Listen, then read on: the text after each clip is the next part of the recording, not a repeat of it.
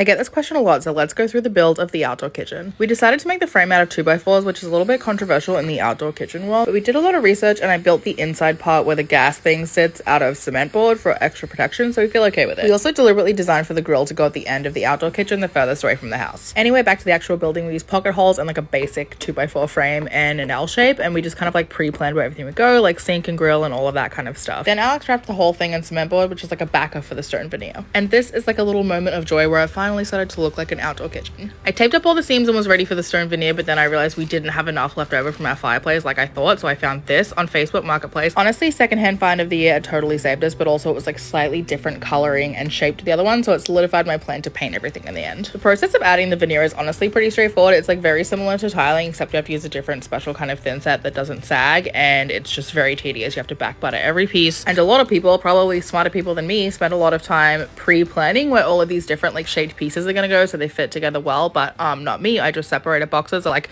small, medium, big sizes and just kind of like as I went figured it out. Next up is the grout, which actually in a stone veneer situation isn't even grout, it's mortar, and it takes a really long time. It's very specific the way you have to mix it, but to be totally honest, this is actually very fun. It is not a job for the perfectionist because it's quite messy and it's just like icing a cake. Like you use this piping bag to get in all the crevices, wait for it to harden a little, and then kind of smush it down until it has that imperfect overgrouted look. I waited a day or two for all of that to dry and set and then started on the painting process. One important tip for a sprayer is to always test on a piece of plywood or like something scrapped to check your settings, and then just go from there, and it's pretty straightforward other than that. One of the last steps of the actual build was then tiling the countertop. Honestly, if I was to do this again, I would just do stone from the outset. We were trying to save one, money, and two, weight on the edge of this concrete slab by going with tile, but honestly, like it just doesn't really look as great as I had hoped, and I wish we had just done stone, if I'm totally honest. So anyway, that is a quick overview of the build. It was super hard work, but I love it so much, and it has totally changed the way that we use our backyard.